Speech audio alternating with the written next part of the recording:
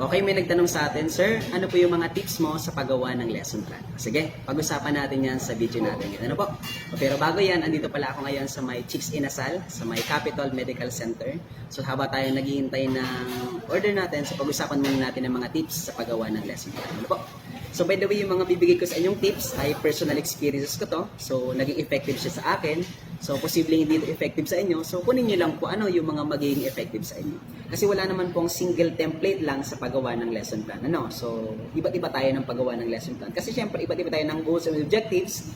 So iba't iba din tayo ng strategies. Pero ang bottom line, ang gusto natin is maibigay sa bata ang best learning experience para mapalabas din ang kanilang full potential. So first step is you need to establish a clear objectives. O pag sinabi natin clear objective, dapat yung objective mo ay malinaw at naiintindihan. Ano po? Kasi ang basic principle niyan ay kapag maayos at malinaw yung objective mo, magiging maganda din ang lesson mo. At general, magiging maayos ang teaching and learning process. Kaya lang, kapag hindi maayos at hindi naman naiintindihan yung objective mo, makaka-apekto din yan sa teaching and learning process at sa lesson mo. First question, bakit ba sir nagsisimula sa objective? O simple lang, kasi ang first core part ng lesson plan ay objective. Ano po? Kaya nga po ang pinakasikat na kataga sa objective ay begin with an end in mind. Pag sinabi natin begin with an end, magsisimula ka daw sa katapusan. O kaya nga begin with an end.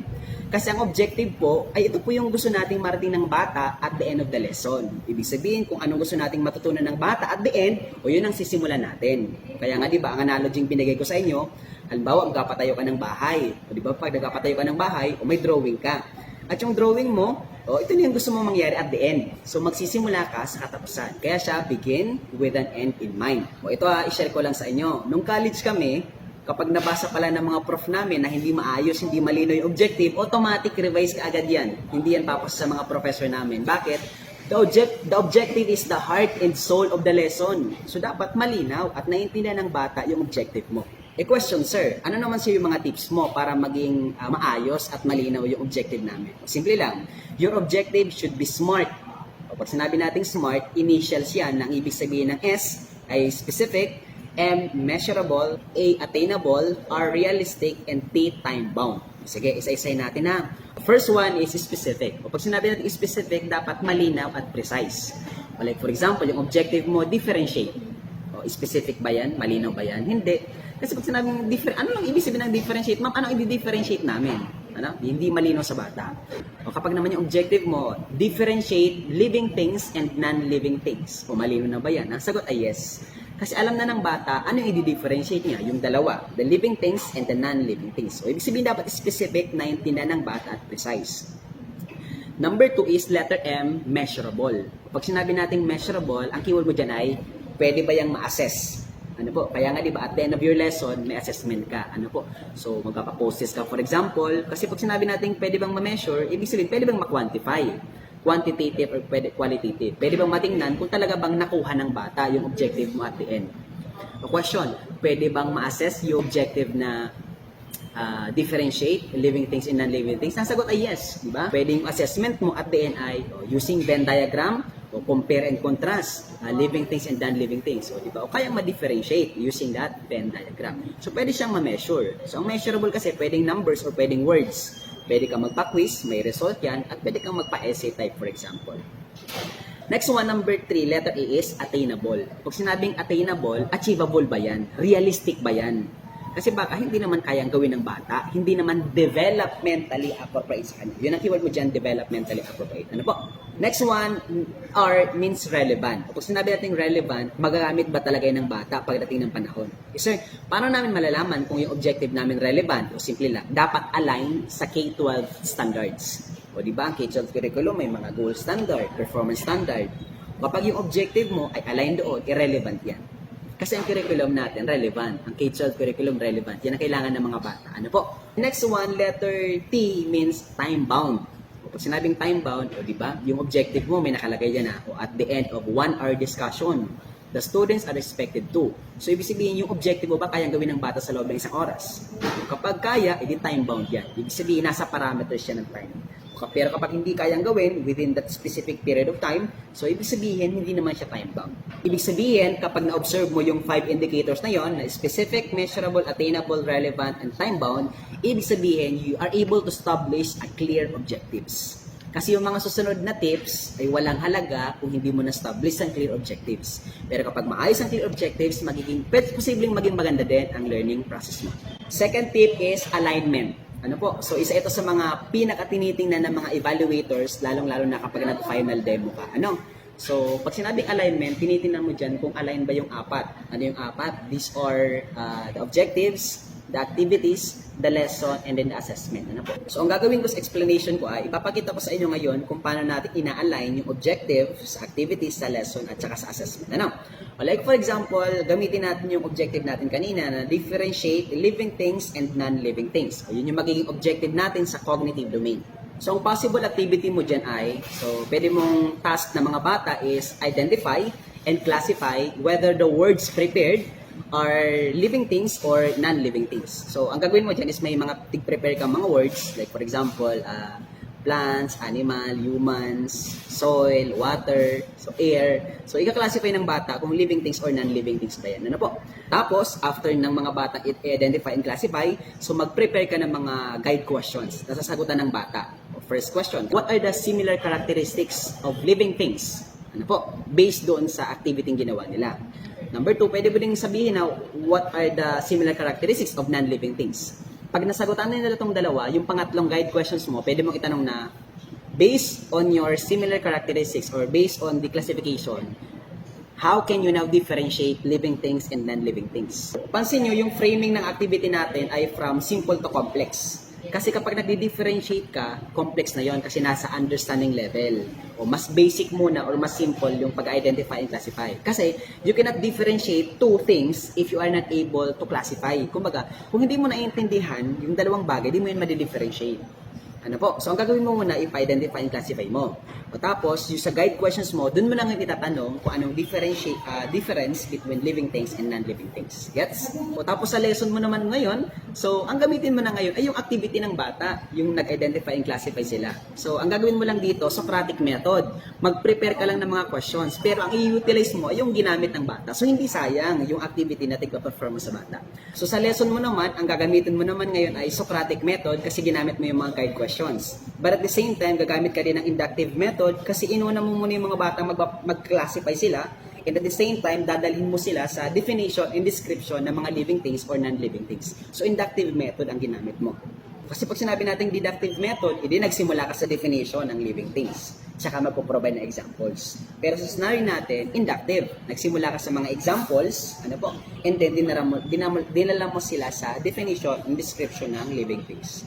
Next one naman is paano mo naman yung i-assess based dun sa objective mo na dapat align pa rin. O simple lang. O, di ba ang objective mo is differentiate living things and non-living things. So ang magiging assessment mo ngayon is using Venn diagram. So compare and contrast living things and non-living things. Meron na tayong objective sa cognitive domain. Number 2 naman is objective sa psychomotor domain.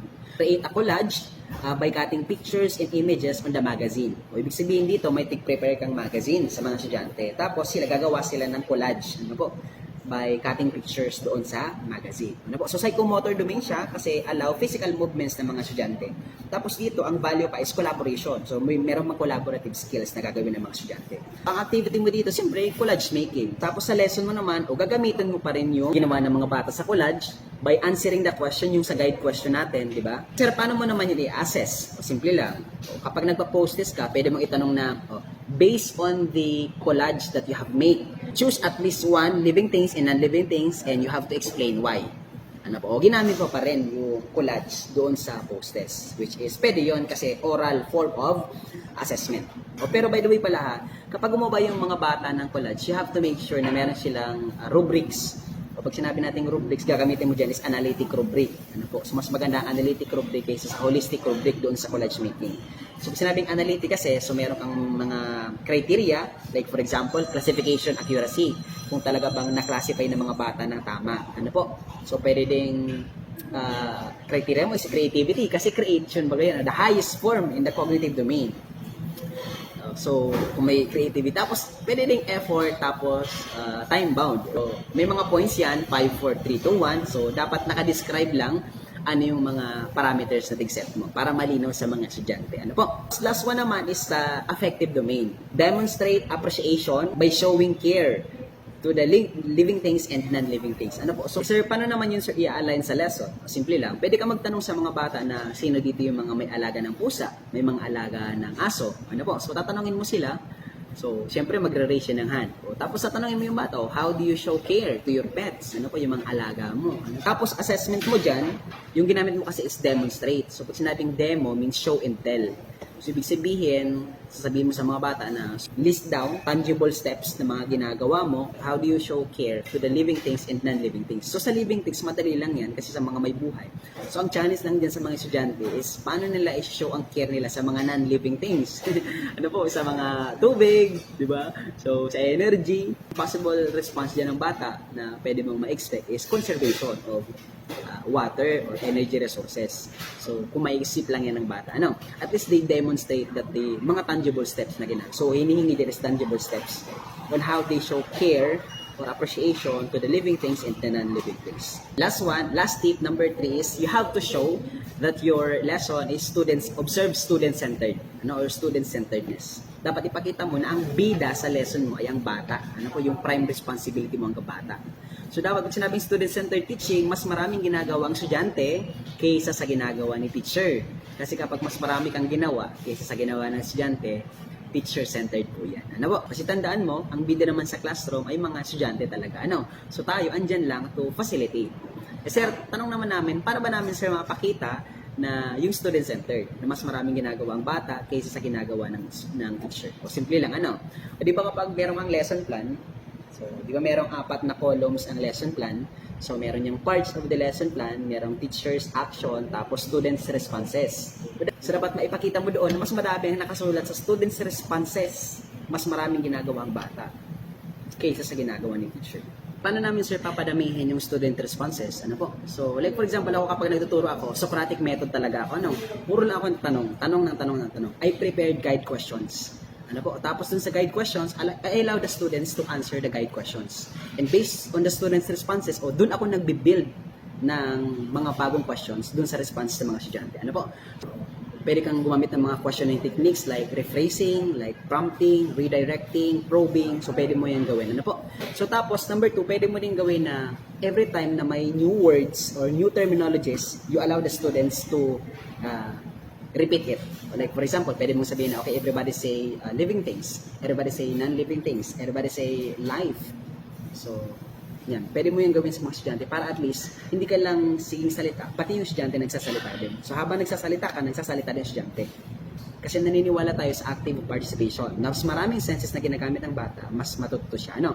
So, pwede mo din gawin na ang differentiation strategies o different kasi diverse sa mga estudyante mo at ang makakasagot sa iba-iba din. Kung iba't iba ang mga estudyante mo, iba't iba din mga strategy. Ano po?